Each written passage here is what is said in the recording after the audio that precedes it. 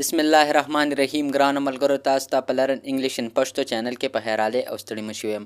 ملګرو، ما ډیر وخت بعد کلاس جوړ کو. ان شاء الله کوشش وکوم چې تاسو د پاره روزانه زه یو داسې ویډیو راوړم چې تاسو ته په هغه کې څه ناڅه انګلیسي زده کوم.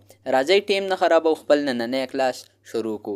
پیلنی ټکی موږ سره سره سینګفراید آرام، یعنی سینګفراید څه ته وي؟ موږ آرام کولو ته وي. کله چې ته په یو ځای کې کار کوي او د هغې نه مطلب لږه چوټي وکړي، نو دې ته تاسو ویلی شئ سینګفراید، یعنی آرام کول. الیویټ څه ته وي؟ کمی، یعنی په یو څیز کې کمی راتللو ته موږ څه ویلی شو؟ الیویټ. سکیرسټي څه ته وي؟ دا هم کمی ته وي. چو، دې کې به موږ دا آر سایلنټ وي، نو چوټ چې کومه دی دا څه ته وي؟ دا موږ کار ته وي. کریډنس، عقیده. عقیدې ته موږ په انګلیش کې ویلی شو کریډنس، یعنی چې زموږ دا عقیده ده، مطلب موږ اسلام پالو کوو، نو دا زموږ یو عقیده ده، زموږ یو لاره ده، نو دې ته ویلی شي کریډنس. انسالوینټ، ګستاخ. انسالوینټ هغې ته وایي کله چې یو کس د یو غټ سړي یا د یو مشر یا د استاد یا د پیغمبر ګستاخي وکړي، هغه پسې خبرې وکړي غلطې، نو دې ته وایي انسالوینټ. ریمورس څه ته وایي؟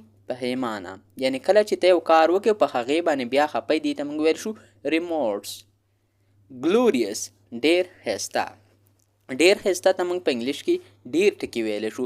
ګلوریس هم ورته ویلی شو، ګورجس هم ورته ویلی شو، مارویلس هم ورته ویلی شو. نور هم دغه رنګې ټکي دي چې هغه ما تاسو ته په مختلفو کلاسونو کې ښودلي دي، نو تاسو له پکار دي چې زموږ څومره کلاسونه اپلوډ شوي دي، نو هغه تاسو وګورئ، په هغې کې به تاسو ټول هر څه زده کوئ. انسولینس څه ته ویلی شي؟ بېعزتۍ ته، یعنی کم کس چې څه عزت نه لري. تاسو به ډېر خلک داسې لیدلي چې د هغوی څه عزت نه په کور کې، په معاشره کې، نو دغه رنګې خلکو ته موږ څه ویلی شو؟ انسولینس، یعنی چې بالکل عزت میزت نه وي. ډوسایل، تابعدار. ډوسایل څه ته وي؟ هغه کس ته وي چې مطلب تابعدار، یعنی د بل کس خبره مني. اوس مثال خبره، یو پلار دی، هغه زوی چې کومه دی هره خبره یې مني، نو دا زوی چې کومه دی څه شو؟ ډوسایل. هیوبرس، ډېر ویاړ. هیوبرس موږ څه ته وي؟ دا موږ غرور ته وي، تکبر ته هم ویلی شو. ایروګینس هم دې ته ویلی شي، یعنی چې یو کس ډېر ویاړ کوي، ډېر دغه کوي چې لکه زه مالداره یم، ما څه ګاډي راسه دي، نو دې ته موږ په انګلیش کې څه ویلی شو؟ هیوبرس. دې ته تاسو ایروګینس هم ویلی شئ. نفیریس څه ته ویلی شي؟ دا بدنام ته وي، یعنی هغه کس چې ډېر بدنام، یعنی غلط کارونه وغیره کړي، دې ته ویلی شي نفیریس. فیوټایل، بیکار. فیوټایل څه ته وي؟ بیکار، یعنی چې د څه کار هم نه وي. یعنی تاسو یو کس یادوئ چې هلکه دا کس خو د څه کار هم نه دی، یا مطلب دا کار چې کومه دی دا کول بیکاره دی، یعنی د دې څه مطلب نشته، څه پیدا نشته، نو دې ته هم تاسو ویلی شئ فیوټایل. یا تاسو یو کس دپاره هم استعمالوئ چې کوم کس د کار نه څه پیدا تی نه وي، هغه دپاره هم تاسو فیوټایل استعمالولی شئ. ډیویس څه ته وي؟ چالاکه ته، یعنی هغه کس چې ډېر هوښیار وي، ډېر چالاک وي، په هر کار باندې پوهېږي، نو دې ته ویلی شي ډیویس. دې ته تاسو کلیور هم ویلی شئ، کنینګ هم ورته ویلی شئ، خو کنینګ چې کومه دی هغه لږ ټیک وړ نه دی، نو هغه تاسو د انسان دپاره مه استعمالوئ.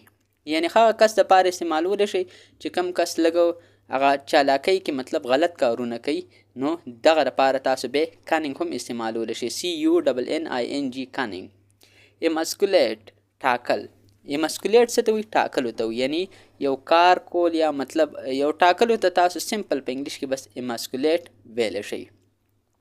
ډیلیریم څه ته وي؟ دیوانه، یعنی مثال خبره، د یو کس دی، د هغه څوک خوښ شوي دي او هغې پسې مکمل دیوانه دی، نو دې ته موږ ډیلیریم ویلي. یعنی یو کس دی، هغه اوس مثال خبره کرکټ خوښي، کرکټ وغیره، د چا فوټبال خوښي، او د هغې په باره کې هغه مکمل دیوانه، یعنی داسې چې لیونی، نو دې ته موږ ویل شو ډیلیریم. بایسټینډر، تماشه کوونکی، یعنی کم کس چې تماشه کوي د یو څیز، هغې ته تاسو څه ویلی شئ؟ بایسټینډر. یعنی مثال خبره، تاسو کرکټ ته لاړ شئ، د کرکټ تماشه کوئ، یا ستاسو په ځای کې یو کار روان وي، د هغې تماشه کوئ، تاسو هلته ورته ولاړ یاستئ یا ورته ناست یاستئ، نو دې ته وي بایسټینډر. سپیکټیټر هم ورته ویلی شي. سپیکټیټر چې کومه دی، هغه هم چې کله د کرکټ میچ، فوټبال میچ، هاکی میچ، څه هم وي، د هغې تماشه کوي، هغه ګوري، نو هغې ته هم سپیکټیټر ویلی شي. کیلوس څه ته وي؟ د کاڼي زړه والا، یعنی کاڼي زړه والا، یعنی هغه کس چې بالکل څه هم پې اثر نه کوي. نو دغه رنګې کس ته موږ څه ویل شو؟ کیلوس. یعنې هغه کس چې بالکل هغه ته څه هم وې یا مطلب ظلم هم کوي، لکه د اسرائیل چې کوم نتنیاهو دی، هغه هم اوس هغه دپاره تاسو دا کیلوس چې کومه دی دا وړ استعمالولی شي، ځکه چې هغه بالکل په ماشومان وغیره باندې بالکل هېڅ زړه نه خفه کېږي. نو دغه رنګې کس دپاره چې تاسو کوم وړ استعمالوئ هغه دی کیلوس. او سټون هارټډ هم ورته ویلی شي. مختلف ورډ استعمالولی شي د دې لپاره، خو کیلوس چې کومه دی دا ډېر زبردست ورډ دی، نو دا ورله تاسو استعمالولی شئ. سټون هارټډ هم تاسو ته چې ما څنګه وویلي هغه هم ورله استعمالولی شئ. لینګویډ. لینګویډ څه ته وایي؟ کمزور. یعنی هغه کس چې مطلب کمزوري هغه لپاره هم تاسو لینګویډ استعمالولی شئ. یا بل تاسو ته یو څیز داسې ښکاره شي چې هغه کمزوري څه کار وغیره نه د کار وغیره نه نو هغې دپاره هم تاسو دا لینګویډ چې کوم ورډ دی دا تاسو استعمالولی شئ. دغه رنګې نور ټکي هم دي. ویک هم ورله تاسو استعمالولی شئ، برټل هم ورله استعمالولی شئ، نور هم دغه رنګې پیوټایل چې تاسو ته ما څنګه ویل هغه هم تاسو دې لپاره استعمالولی شئ. سالویشن، بخنه. سالویشن چې کومه دی څه ته وایي؟ بخنې ته. یعنې دې ته اوس مثال خبره یو کس دی څه غلط کار یې وکړو تا معاف کړو نو دې ته څه ویلی شي؟ سالویشن. تا سره یو کس زیاتی وکړو تا ورته وویل چې بس زه خبره نه د خیر دی نو دې ته څه ویل شي؟ سالویشن. دې ته چې کومه دی فارګیونس هم ورته وایي، پارډن هم ورته وایي، PARDON. پارډن چې کومه دی دا هم بخنې ته وایي، یعنې یو کس معاف کولو ته وایي. او سالویشن هم ورته وایي او فارګیونس هم ورته وایي، فارګیو هم ورته وایي، FORGIVE، فارګیو. نو دغه رنګې ټکي چې کومه دي دا به ستاسو په ژوند کې ډېر ستاسو د انګلیسۍ چې کوم لیول دی هغه کو تاسو مضبوطول غواړئ د هغې دپاره مین څیز څه دی؟ هغې دپاره وکیبلري ده. کله چې ستاسو وکیبلري سترانګ وي نو تاسو له به هر څیز درځي او تاسو به د وکیبلري په مدد باندې سنټنسز جوړولی شئ. او کله چې تاسو سنټنسز جوړولی شئ په مزه مزه به ستاسو انګلیش های لیول ته ځي. اکثر کو تاسو وګورئ څومره ټیسټونه وغیره هم په هغې کې هم تاسو ته د انګلیش وکیبلري راځي، نو په هغې کې هم تاسو ته مسله نه او بل به تاسو سنټنسز وغیره دا په اسانه طریقې سره جوړولی شئ. ملګرو څنګه چې تاسو ته ما مخکې وویل چې انشاءالله زه به را روان وخت کې هم ستاسو لپاره همدغه رنګې کلاسونه راوړم.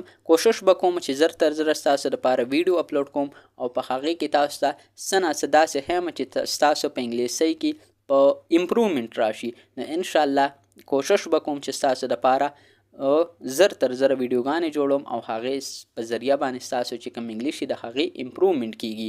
نو انشاءالله کو چېرته تاسو ته په څه کې مسلې تاسو ته څنګه زه په هره ویډیو کې په اخره کې ویم چې تاسو ته کو په څه کې مسلې تاسو ماته بالکل په کمنټ سیکشن کې کمنټ کولی شئ. په هغه ټاپک به موږ تاسو لپاره ویډیو جوړو.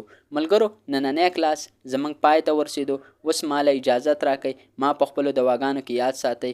انشاءالله تاسو سره به په بل نوي کلاس کې ملاقات کیږي. د الله په امان.